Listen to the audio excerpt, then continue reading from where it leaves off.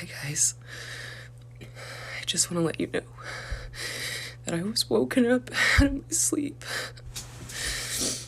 Jesus is coming very soon, and I just have to tell you that you have to repent and you have to come to him. He woke me up to tell you that he's coming soon.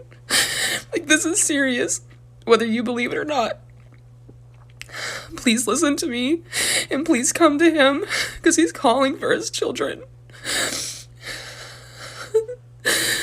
Our bridegroom is coming, and you have to be prepared, and your oil lamps need to be full.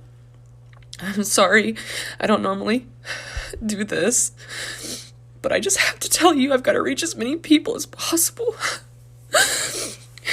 I come on here, I don't care how I look, I don't care if you believe or not. It's gonna happen. And I don't want anyone to be left behind. So please, even if this message can reach one person, please repent and please come back to him. Please. The time is coming to an end. And he is coming for his church, and he's going to rapture us, whether you believe it or not. He promised us a covenant, and he's gonna come back for his bride. And I'm gonna take that cup, and I'm gonna drink from it. Please, please.